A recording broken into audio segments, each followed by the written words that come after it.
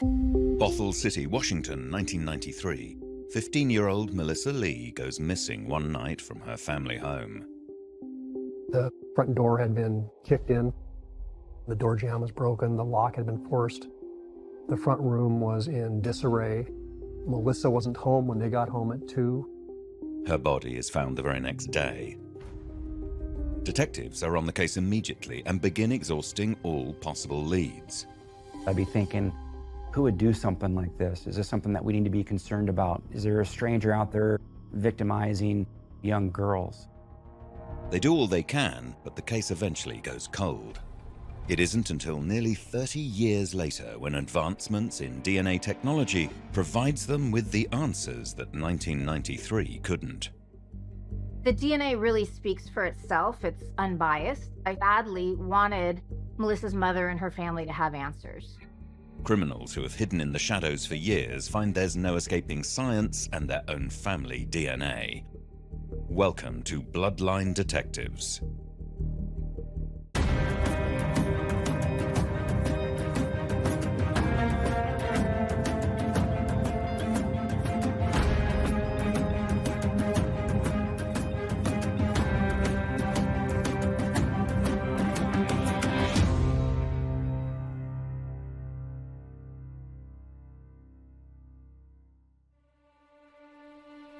Bothell is a city in both King and Snohomish County in Washington.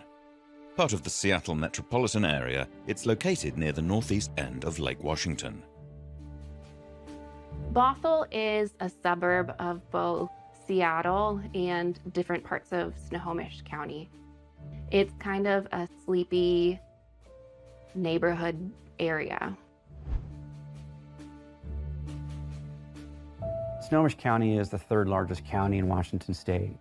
It has approximately 2,000 square miles, a population of around 900,000 people.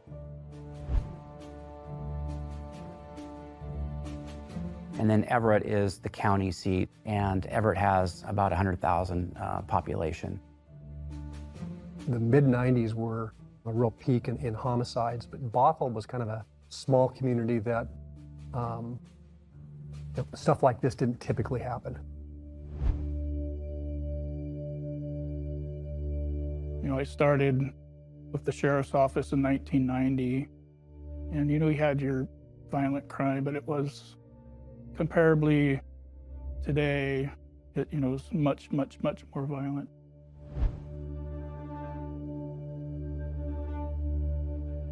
In 1993, Bothell is home to Melissa Lee, a 15-year-old girl who lives with her mother Sharon, her 11-year-old sister Kelly, and her mother's partner Gary. She liked to hang with her friends. She liked to go to the mall. She liked to help the homeless. She wanted to be a model. She was tall, thin, she was so beautiful, and the way she carried herself with pride.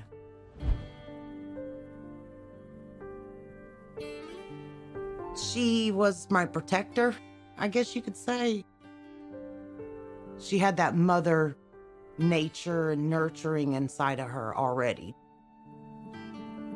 On April the 14th, 1993, Melissa's mother Sharon makes a distressing 911 call.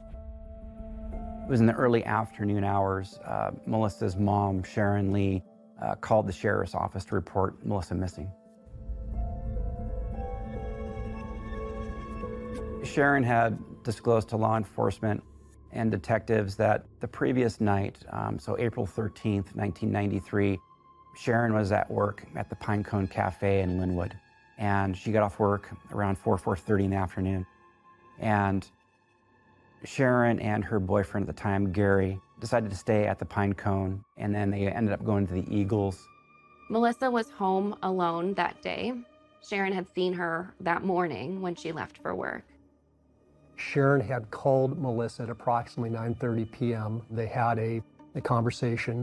Melissa had recently broken up with a boyfriend. Sharon was checking in on Melissa. It was a fairly innocuous conversation. Everything appeared to be okay when they spoke at 9:30. And then Sharon and Gary got home shortly after 2. And that's when they found their house. The front door had been kicked in, the door jamb was broken, the lock had been forced.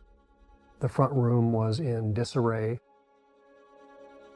A coffee table had been overturned, a drink had been spilled, and there were a pack of cigarettes and a lighter left in the living room that didn't belong to anyone else.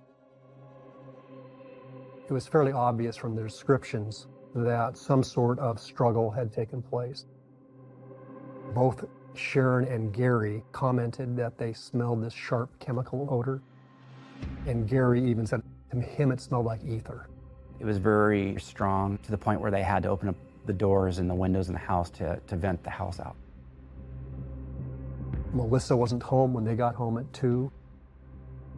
They didn't call law enforcement right away because Melissa had a history of running away, and Sharon thought initially perhaps she had just left.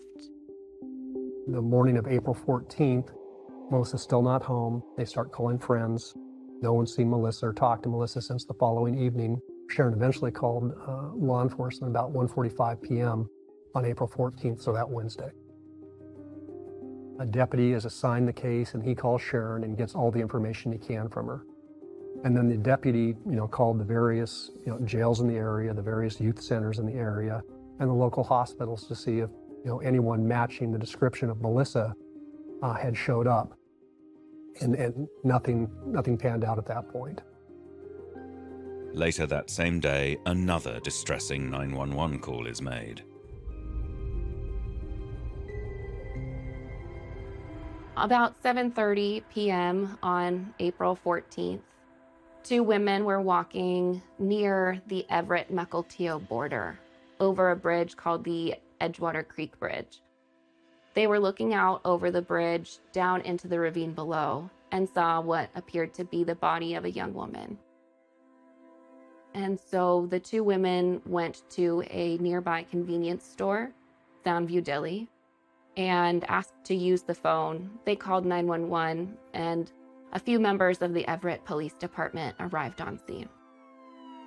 Initially, 911 so it would be sent to a patrol officer. At that time, that area was in the city of Everett, so it was not a county jurisdiction. Everett police officers were initially dispatched to confirm or deny whether that in fact was a body at the bottom of the ravine. Sergeant Wayne Meyer appeared at the scene as well. He and one of the patrol officers went down into the ravine. At this time, they didn't know who the body was. They just knew it was a Jane Doe, a young white female with strawberry blonde hair who was partially clothed. Detectives showed up and started treating it as a crime scene. They took extensive photographs of the young woman's body, and they wrapped her hands in paper so they would not lose any potential trace evidence. They called the coroner, the medical examiner, and he arrived on scene and took custody of the body. They climbed down to the body also, noted what appeared to be ligature marks on the young woman's neck, and they eventually put her into a contraption that was able to lever her up to the top of the bridge deck.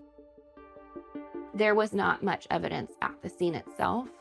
The only thing that law enforcement could tell at this time is that she had likely been dropped or tossed off the side of the bridge.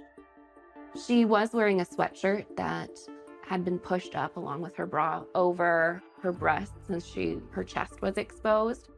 That suggested to law enforcement that her murder involved an element of sexual abuse. She was also wearing a pair of pink shorts, a pair of black socks, but no shoes, and no shoes were found in the area. No shoes, no identification, no purse, just the clothing on her body. The detectives head back to the station. Their main focus is identifying the young woman. By that time, the missing juvenile report that Sharon, Melissa's mom, would have gone out to all of the nearby law enforcement agencies, and the detectives saw this missing girl, Melissa. Her physicals appeared to match the Jane Doe they had found the previous day, and they made plans to meet with Sharon and Gary at Sharon's place of employment to see if they, in fact, had found Melissa. The police called me at my job and asked about the clothes, and I went and got a photo, and they said it was her. Devastating. Totally devastating. I went to my grandparents' house, and I had a aunt that lived there as well with my two cousins. My aunt had got a phone call, and all I heard was, "Oh my God, are you serious?" And she was like, "Something happened to your sister."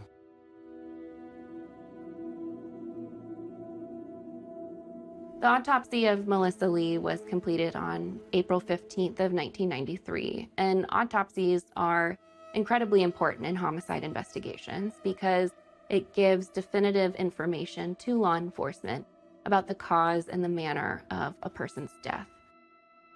When they were kind of taking off all the clothing and documenting how she was dressed, after they removed the salmon-colored shorts that she was wearing, they discovered that the underwear that she was wearing had been put on her backwards. It was pretty apparent when you took the underwear off the body that it had been on backwards. And again, that just kind of solidified in the medical examiner's mind that you're dealing with some sort of sexual assault at this point. Melissa Lee had bruises on her arms and her legs. She had some abrasions on her back that suggested at some point she had been drugged over a hard surface. She also had what appeared to be a ligature mark on her neck. The manner of death was homicide. The cause of death was strangulation. With the murder investigation fully underway, detectives do everything they can to gather information about Melissa. They even attend her funeral. It was a beautiful funeral. She had a lot of friends that went. It looked like there was about 400 people there.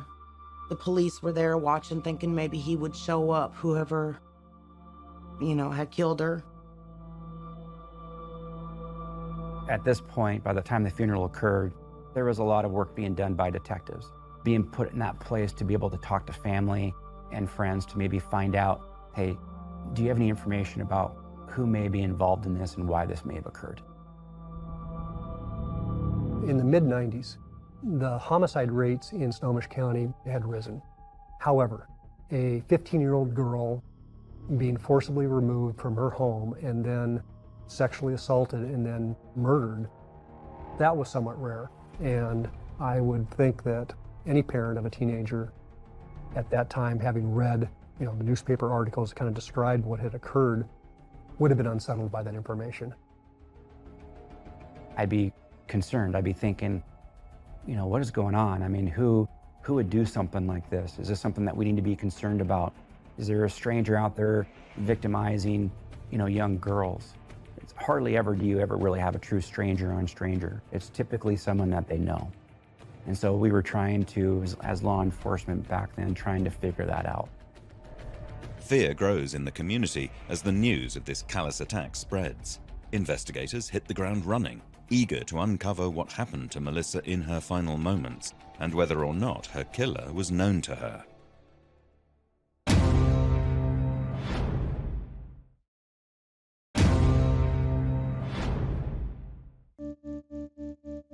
Bothell, Washington State, April 1993. 15-year-old Melissa Lee vanishes from her home one night. Her body is discovered discarded over a bridge less than a day later. Detectives return to her family home in search of evidence. Arrangements had been made to go to Sharon's home and collect any evidence that may be present, take photographs, and get formal statements from both Sharon and Gary. When the detectives showed up at the house, they discovered, much to their displeasure, that Sharon had already cleaned up the front room. The mess that Sharon and Gary had found when they had gotten home at 2 a.m. on April 14th no longer existed in the fashion that they had found it. There were a couple of items that Sharon had located that she had indicated to law enforcement she did not believe that they were Melissa's. She didn't know whose they were. There's a pack of cigarettes and a lighter. So there's very little physical evidence of the struggle that was in place for law enforcement to actually do anything with. What they did do, though, was they searched Melissa's bedroom. They're looking for anything that might help point them in the right direction. And in Melissa's room, law enforcement found a calendar, a day planner, an address book, and various loose papers that Melissa had written various things about her life in. She had used the day planner and the calendar as sort of a diary. What detectives learned from her day planner and her calendar is that Melissa was a user of something called the Nightline, which was a dating service back in 1993 where people could connect with strangers anonymously over the phone and get to know them, strike up friendships and conversations, and maybe even potentially meet people in person. It was kind of like a pre-internet dating app. Her friend, Krista, who by all accounts was Melissa's best friend, said that they would do it together when they were having sleepovers. That's just kind of a funny way to pass the time. Melissa spent a lot of time on the phone, and it was, to the point where Sharon would take the phone and put it in her bedroom, but I don't think Sharon thought that she was on chat line. They started looking at the paperwork that they'd taken from Melissa's home, specifically, the day planner and the calendar and her address book. What they found in her address book were a number of names with associated phone numbers. Greg Rinta found the name Michael and a phone number in Melissa's address book and called it. Detectives found out that Michael was not Michael. Michael was a name that this other individual used when he would use the Nightline. So detectives went and met with Michael, who ended up being a gentleman named Alan Dean. Detective Rinta spoke with Mr. Dean on the phone and asked him if he knew a girl named Melissa Lee. Mr. Dean said that he did not, but that Detective Rinta was welcome to come speak with him at his apartment in Everett, Washington. So Detective Rinta did so that very same day. He went and he met Mr. Dean in person at his residence. While Detective Rinta was speaking with Mr. Dean, he showed Mr. Dean a photo of Melissa.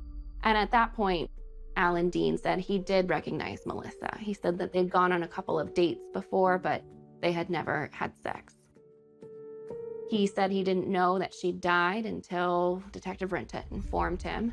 And when detectives asked Alan Dean where he was on April 13th and 14th of 1993, Mr. Dean didn't have an alibi. He said he couldn't remember where he had been.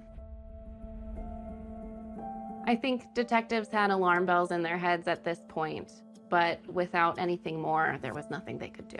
They documented everything that he had told them. They documented where he lived. But other than that, they couldn't arrest him, and the investigation continued. Detectives turned their attention towards Melissa's ex-boyfriend. Melissa Lee, just shortly before her death, had been in an on-again, off-again relationship with a boy who was the same age as she was, if not a little bit older. I didn't like him. He tried to keep Melissa away from me. He was abusive to her, would leave bruises on her. The relationship seemed pretty volatile. They would spend a lot of time together, but also have a lot of lovers' quarrels and break up quite often.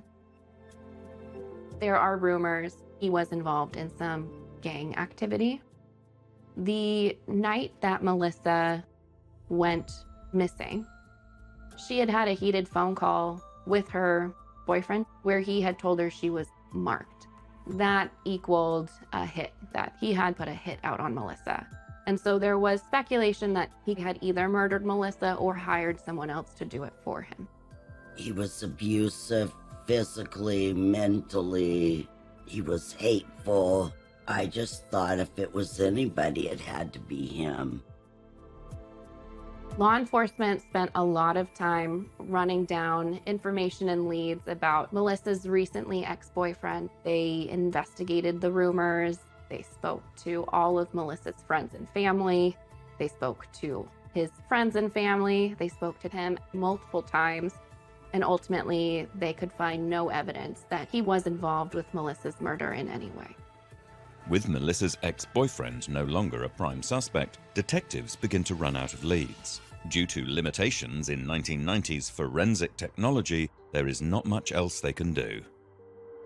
All that law enforcement could do was track down information and interview witnesses, follow up on what individuals had told them. Trace evidence and forensic science just didn't exist like it does today. At the time, the forensic testing that they could do was ABO typing for blood.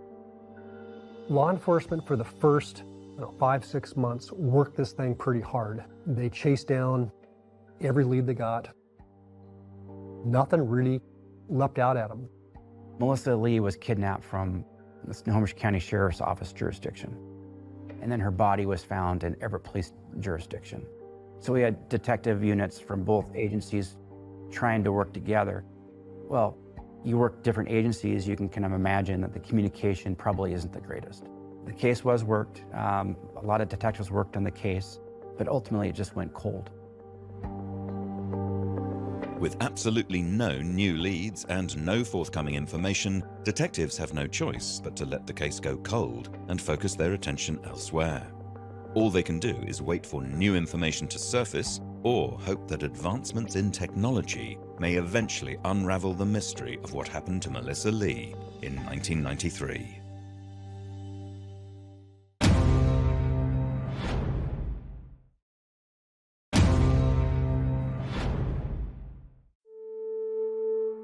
Bothell, Washington State, April 1993. 15-year-old Melissa Lee vanishes from her home one night. Her body is discovered discarded over a bridge less than a day later. Detectives work the case tirelessly, but it goes cold that same year due to lack of leads. 8 years later, advancements in DNA technology lead to the case being opened and evidence being retested. As science, in particular DNA science, progressed out of the 90s and early 2000s, evidence in this case was submitted for retesting multiple times. By 2001, the state crime lab was using DNA technology on a fairly regular basis. When the clothing that Melissa was wearing when her body was found was initially examined in 1993, the forensic scientist at that time noted the presence of several bloodstains on those shorts.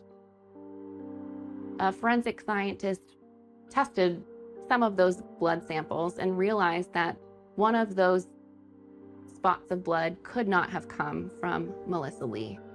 Another forensic scientist analyzed the stain and found that inside this blood stain was a mixed DNA profile.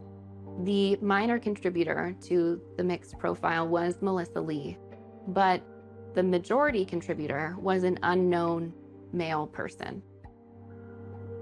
Obviously, that's very concerning, very interesting to us as law enforcement. The whole idea is to try to find out, well, okay, we have a male DNA profile. Who does it belong to?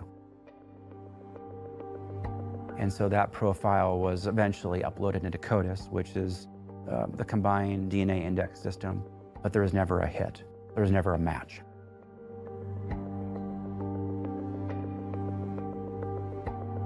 Most states and the federal government, if somebody is convicted of a certain type of crime, they have to give a sample of their DNA.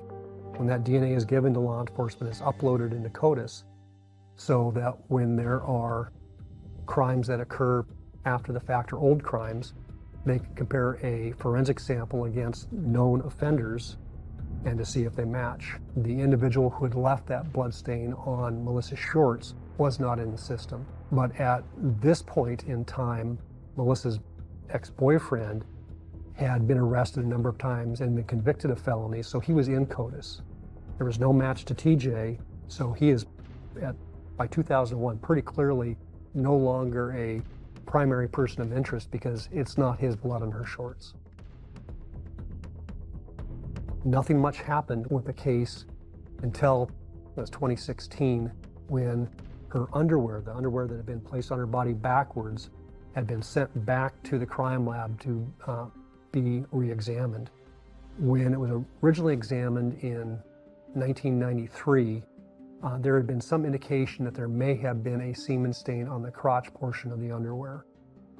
When the forensic scientist re-examined the underwear that had been on Melissa's body when she had been found, that presumptive test came back positive. In context, it was pretty clear, I think, to everyone who was looking at this thing, that Melissa Lee had been sexually assaulted. With no hits from CODIS and no new leads, the case isn't looked at again until 2018, when new detectives take it on, utilizing a new technique: forensic genetic genealogy. Forensic genetic genealogy is when we use a forensic DNA sample from a crime scene and we send that to a company like Parabon Nanolabs, and they use a DNA profile from that and then compare that DNA profile to DNA profiles that are in a publicly accessible database of DNA profiles like GEDmatch. And they're looking for DNA genetic relatives. And then from there, they'll use just standard genealogical methods to kind of work their way back down the family tree and come to a person of interest who they think might be the individual who left the forensic sample. Detectives decide to submit the case to Parabon Nanolabs, a Virginia-based company that specializes in DNA phenotyping and forensic genetic genealogy analysis.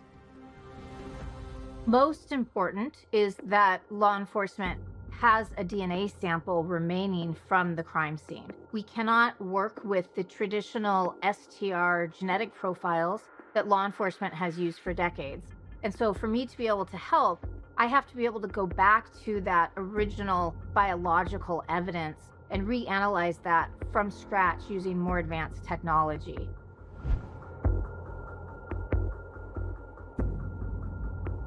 Fortunately, they still had DNA from a stain that was on Melissa's shorts. The DNA really speaks for itself. It's unbiased. It can't be made to fit with someone just because they're a suspect. And so I don't need to know a lot from law enforcement, but it's important to know the place and the time of the crime, because I'm going to be looking for somebody who was the right age at the time of the crime to potentially be a person of interest and close enough to that crime scene to have been able to commit the crime. Detective Jim Scharf reached out to Parabon in October 2018 about Melissa's case, and we received the DNA sample on January 23rd, 2019. We sent that to our partner lab where it was genotyped. We quickly processed that and uploaded the SNP file to GEDmatch. I got really pulled into the case. I was thinking about Melissa's mom and how badly she needed answers and justice. And so I just kept going. And so I ended up identifying a person of interest in Melissa's murder. And I did the work pro bono because I so badly wanted Melissa's mother and her family to have answers. The results from Parabon Nanolabs are rather shocking, as the owner of the DNA is revealed to be an original person of interest from 1993. In February of 2019, we received some very exciting news from Parabon and CC Moore. Our potential suspect of that unknown male DNA from Melissa's shorts came back to a man named Alan Edward Dean. And it was a high probability based on the fact of, at the time of Melissa's murder back in 1993, Alan Dean was a resident of Snohomish County, and he lived only 3.6 miles away from the Edgewater Creek Bridge. When law enforcement gets a name from Parabon as to a person of interest based upon genetic genealogy, the first thing they're going to do is go back to the original murder book and take a look at whether law enforcement had ever had any contact with this individual or whether that individual was even named anywhere in the discovery. In this particular case, when the name Alan Dean was given to them in early 2019, they discovered that not only in fact did the name come up, but law enforcement had interviewed Alan Dean on 2 occasions back in 1993 before they kind of shifted gears and went elsewhere. Whenever I identify a person as a potential person of interest in investigation, I like to do a lot of research on them and find everything that I can about them. But what I learned about Alan Dean is he kept a very low profile. He had no social media profiles that I could find, and there was very little information available about him out there. I found that he had been married a couple of times. He had a daughter who was now deceased. It appeared one of his parents was still alive, and he had lived in the Everett, Washington area for a big portion of his life. They knew that they needed to do some more research into who Alan Dean was and to get a DNA sample of his so that they could test that known sample against all of the evidence in this case.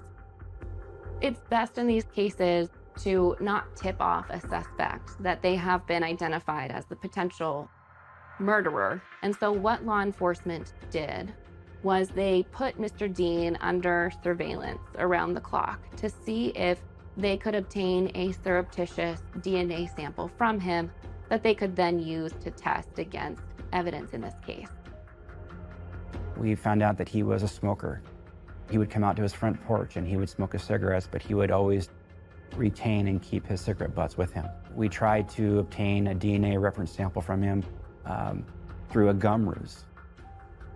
3 undercover detectives posed as employees of a gum company. They went to Mr. Dean's residence, told him that they were going door to door, testing out new flavors of their product, and they asked him if he would participate. He agreed to taste test some of the gum flavors. And the detectives had set up this ruse in a way where they could present a piece of gum to him, he could chew it, and then he could spit it back into a cup that the detectives would provide. That would allow the detectives to then seal the used piece of gum and retain it for evidence and DNA testing. However, even though Mr. Dean would chew the gum, when he was offered the cup to spit it back into, he declined. He said, "You're not here to get my DNA, are you?" And then threw away the gum in his private trash can. Came across as very paranoid. It made them think that perhaps he knew they were on to him. We ended up putting a camera in his cul-de-sac on top of a light pole to monitor his movements. And one day in April of 2020, we hit the jackpot. A detective was following him as he walked off his property smoking a cigarette, and he walked to his mailbox. And he was walking back to his home. He threw his cigarette butt on the roadway, and then he walked away from it, went back into his house, and the detective was able to swoop in and recover the cigarette butt. They tested the cigarette butt very quickly, and the results were that the DNA on the cigarette butt Alan Dean had dropped matched the stain on Melissa Lee's shorts. To us, it meant that Alan Dean was Melissa Lee's killer. With Alan Dean's DNA matching the DNA of the bloodstain found on Melissa's shorts, detectives have finally solved the mystery of the 26-year-old case. Their main port of call now is to arrest Alan Dean and charge him with the murder of Melissa Lee.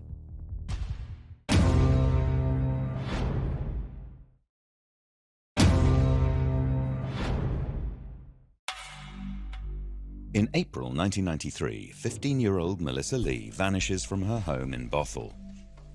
Her body is discovered discarded over a bridge in a nearby wooded area. With very few leads and technological limitations, the case goes cold that same year. Detectives revisit the case on and off for 25 years. In 2018, detectives submit Melissa's shorts as evidence to Parabon Nanolabs, who are able to create a male DNA profile from a sample found on the shorts. In April 2020, detectives are able to successfully match that DNA sample to another sample from their prime suspect, a man named Alan Dean, who had contact with Melissa in 1993.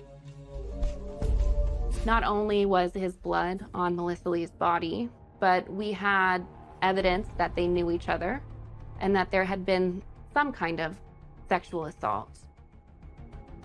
Detective Brad Wolvatney of the Snohomish County Sheriff's Office was the lead investigator at the time that Alan Dean was arrested on July 28th of 2020. The arrest went off without a hitch. He was taken to the Major Crimes Unit interview room and interviewed by Detective Wolvatney and his partner, Detective Kendra Conley. Anything that we said or asked, he would just say the same thing over and over again. And it was, he said, I decline any and all offers of contract and I don't concede to any presumptions. I comprehend just trying to do a job, but I can't make any legal determinations on any of the questions that you're asking me. Okay. it was a very bizarre statement. So it became obvious to us that he's not going to talk. So he's basically invoking his right to remain silent. So what I'm getting at is, no matter what we say or what we ask, you're going to respond with that same answer. Is that correct? I comprehend you're just trying to do your job, but I can't make any legal determinations on any questions that you're asking me. That's fine, sir. You're under arrest for murder in the first degree and kidnapping in the first degree from the 1993 case. Okay? We'll go ahead and leave it there. So you'll understand, I'm going to take that as you are refusing to cooperate with us and to answer our questions. So what we're going to do is this. I have a signed search warrant from Superior Court Judge to get a DNA reference sample from you today. We're going to do that. And then when we're done, we're going to take you to the jail and book you for those 2 charges, okay? I comprehend you're just trying to do your job, but I can't make any legal determinations on any of the questions that you're asking me. I understand, sir. Thank you for your cooperation. However, the recording was still going. And when the defendant was alone in the room, immediately after he was told he was being placed under arrest for murder and kidnapping, he said, That's what this was about. I'm sorry.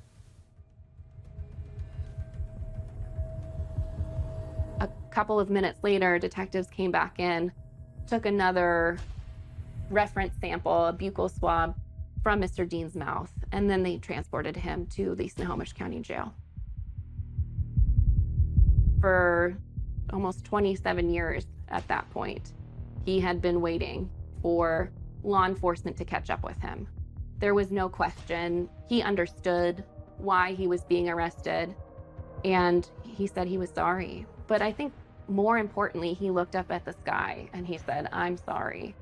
And to me, he was talking to Melissa. Detectives now have the emotional task of informing Melissa's family. When it happened, I did call them and let them know that we had the person who we believed was responsible for murdering their daughter and their sister. Detective Wolvatney called me first and said we got him. We didn't know they were doing that all them years. We had no clue at all. What rang the bell in a picture was the name that I knew him by, which was Michael. He had taken me and my sister to Fantasia. He ended up picking us up from our house. I didn't like him. He was weird. Every time I would come back, he would try to make me leave. Melissa wasn't having it, so she eventually made him take us home. And it was probably about a week, maybe a week and a half later, I was sent off to my grandparents, but I ended up coming back home the very next day. There's always that question in the back of your mind, what if? What if I was there? What could have happened? Could have it deterred it, or could I be dead too? In preparation for trial, detectives search Alan Dean's home in the hopes of finding more evidence. In his home, they found a number of things that related back to Melissa's murder. One of the things that they found that we ultimately weren't able to use at trial was a canister of carburetor cleaner, which contained ether and heptane. At autopsy, a sample of Melissa's blood was taken for toxicology purposes. There were no drugs or alcohol found in her blood, but there were traces of ethyl ether and heptane. And what was interesting about that is at the time of Melissa's murder, Alan Dean was working at Boeing as a mechanic and had access to multiple types of solvents and mechanical chemicals. Alan Dean appears in court 1 month after his arrest. When Alan Dean was originally arrested back in July of 2020, he was charged the next month with first-degree murder. However, those nonsensical statements he was making to law enforcement at the time of his interview continued, and he would make those statements in court. A judge became concerned that he might not be competent to stand trial, that he may have some kind of mental illness or mental defect that would prohibit the state from prosecuting him for murder.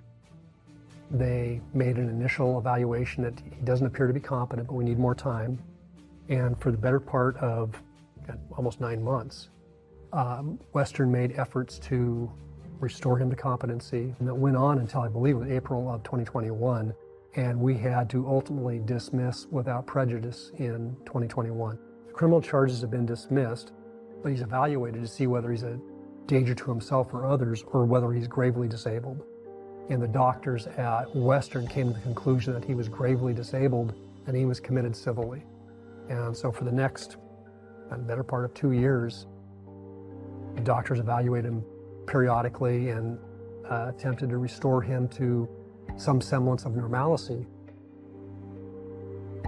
After about a year of civil commitment, the Snohomish County Prosecutor's Office received word that Mr. Dean would be released from his civil commitment at Western State Hospital and would be released back into the community. His state had improved. And so, when the prosecutor's office learned that he would be released, we made the decision to refile charges.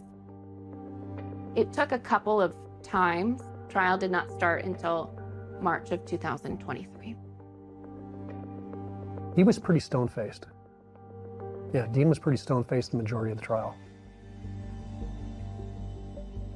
I wanted to jump on him. I really did. It was a lot of control. He would try and glance at me and my mom and grin. Even the correctional officers that were standing there would stand to where he couldn't see us. He would still find ways. I still wanted him to go through that court and realize you can't get away with everything. You're eventually gonna have to face justice. I really wanted to do him harm. I really did. I was scared to death after so many years that he would be found not guilty. I didn't know that they had such incriminating evidence against him, and it was just too awesome. The jury convicted Alan Dean in just under 3 hours. That's really fast. I mean, the testimony was, almost 2 full weeks of court days. They had to listen to relatively complicated, scientific and forensic material on a case that was 30 plus years old. He was guilty as charged. His offender score was a 0, and he got the high end of the standard range for murder in the first degree, which is about 26 and a half years. I wanted to jump for joy, but I couldn't. So all I could do was just, be like, just yes, because he got what he deserved. I didn't feel closure after they read the verdict. I had to go up there for the sentencing. I just had to. And then it felt like it was finally over. I couldn't have asked for more than what they did. They never, ever stopped working on her case. For 31 years, they worked on her case. If we didn't have investigative genealogy, CC Moore, Parabon, this new technique, I think we'd be sitting here today with this case still being cold and not solved. It's what solved this case. It really did. I always wonder how many kids she would have had, if she would have been married, what her life would have turned out to be, what career choice she would have made. I wonder about that all the time, all the time. I feel like if I let the pain go, I let her go. And that's not something that I've been able to work through yet. But I know she's at peace. I believe she is. But I think seeing her family like this, she's not. It's to the point where I can't, even after 31 years, I still can't talk about my sister because the pain overrides everything. To me, she was the perfect person. I looked up to her even though she was my older sister. She was charismatic. She was prideful. She was joy. She'd light up the room.